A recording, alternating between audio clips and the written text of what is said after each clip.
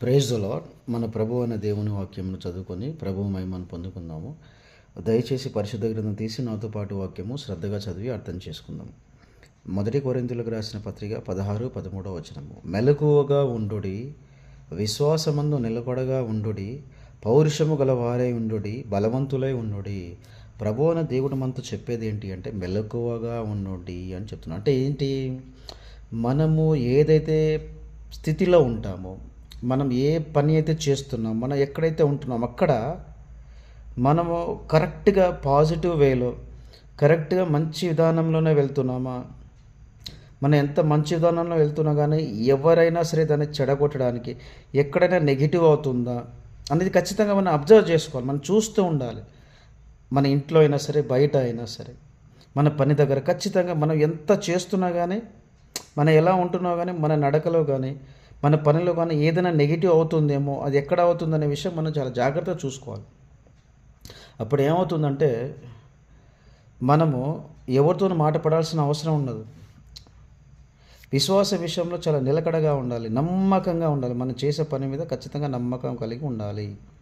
ప్రభువు మీద భారంతో ఉండాలి. పని చేసేటప్పుడు ఎట్లా ఉండాలంటే చాలా పౌరుషంగా ఉండాలి. మన దేవుడు, ప్రభు అనే దేవుని యొక్క లక్షణం ఏంటి? పౌరుషం కలిగిన దేవుడు.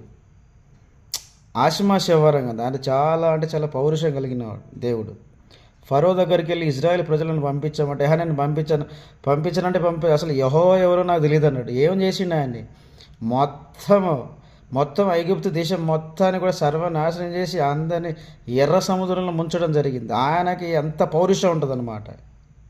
కాబట్టి ఇక్కడ మనం అర్థం చేసుకోవాల్సిన విషయం ఏంటంటే మనకి చాలా పౌరుషంతో ఉండాలి, నీతిగా ఉండాలి. మన దేవునికి ఉన్న లక్షణాలను బట్టి మనం నడుచుకోవాలి. బలవంతులుగా ఉండాలి. బలవంతులు అంటే మనం చేసే పనిలోనూ మంచి జ్ఞానం కలిగి ఉండాలి, మంచి నడవడి కలిగి ఉండాలి, మంచి ఆలోచన కలిగి, అసలు అన్ని విధాలుగా బలవంతులు అంటే కేవలం శరీరానుసారంగా బలవంతులే కాదు, ఆలోచనలోనూ ఐక్యతలోనూ అన్ని విధాలు ప్రతి విషయంలో బలవంతులు, జ్ఞానంలో అన్ని విధాలుగా మనం బలవంతులే ఉండాలి. ఇప్పుడు పరిశుద్ధ గ్రంథంలో చూస్తే దావీదును చూడండి. ఆయన రాత్రి గొర్రెల దగ్గర ఉంటాడు. ఆ గొర్రెల గుంపు దగ్గరికి సింహం వచ్చే ఫ్రాక్షన్ ఆఫ్ సెకండ్లోనే ఆయన అంత అలర్ట్గా అయిపోతాడు. ఎలుగుబంటి వచ్చినా అంత అలర్ట్ అంత మెలకుగా ఉంటాడు. ఆయన అంత పౌరుషంతో ఉంటాడు. ఇజ్రాయెల్ ప్రజల్ని గొలియాతు నానా మాటలు అంటుంటే అది తట్టుకోలేక చిన్న పిల్లవాడైనా సరే వాడితో యుద్ధం చేయడానికి వెళ్ళి వాడిని చంపేసి వచ్చిండు ఆయన. అంత పౌరుషం కలిగిన దావీదు, అంత బలవంతుడు. ఎందుకు? ప్రభు అనే దేవుని మీద నమ్మకం కలిగి ఉన్నాడు. దేవుడు అతను సాయం చేశాడు. కాబట్టి మనము దేవుని మీద నమ్మకంతో ఉండాలి. దేవుడు కాపాడుతాడు.